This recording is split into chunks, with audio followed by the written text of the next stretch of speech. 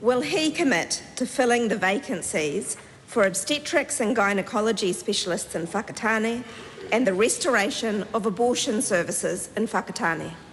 Mr Speaker, I'm advised that Health New Zealand is actively recruiting for those positions to have that service restored within 12 months.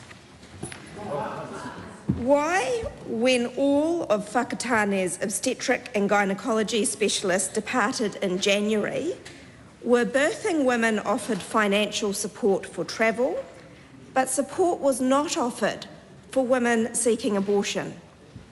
Well, Mr Speaker, I appreciate the question. I'm not aware of that. I will ask for advice on that particular question.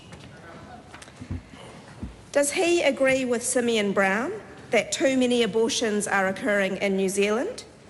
If so, is that belief the reason why women in Whakatane have to travel to access abortion care with no financial assistance?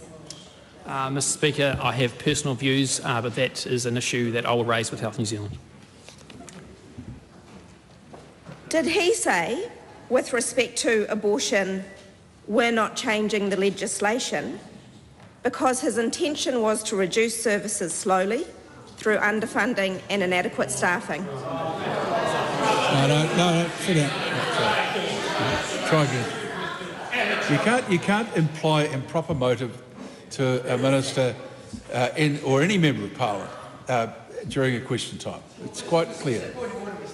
Point of order, the Honourable David Parker. That had no such imputation. It was a question as to what the motivation was. Well, in that case, has to be within the standing order. In that case, I'm pleased it's me making that judgment and not you. Do you want to have another go at the question? I've heard it. Point of order, Mr Speaker. Well, try again. Mr Speaker, we have freedom of speech in this House. We ask questions of each other that we may not like. That question, with respect, was perfectly in order, and it is appropriate that the opposition health spokesperson be able to inquire as to what was the reason for the lack of funding to which she referred. If it was a question that simply asked that, which was asked twice before, and got an answer from the minister that he would inquire because he didn't have that to hand, that is of course in order. But to imply some other inappropriate motive is not in order. To the point of order, Mr Speaker. No, we're finished with it. I've dealt with it. If you've got another question, go it. Supplementary. Is it his view that fewer abortions should occur in New Zealand? My personal views are not a matter of impact when it comes to the Minister of Health. I am the Minister of Health, and those issues are delegated to Honourable Casey Costello. Does he agree that provision of surgical abortion services in regional New Zealand is important to enable safer early abortions? Well, Mr Speaker, the Minister, those issues have been delegated to the Honourable Casey Costello, and I encourage her to put those directly to her. Point of order, Mr Speaker. The Minister is the Minister of Health.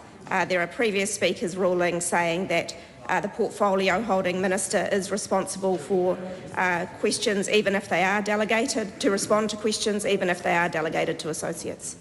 That is in part true, but where the House might be better served by a more specific answer, it's not unreasonable for a minister to suggest that an associate who has the full responsibility for that particular topic is a better person to answer it.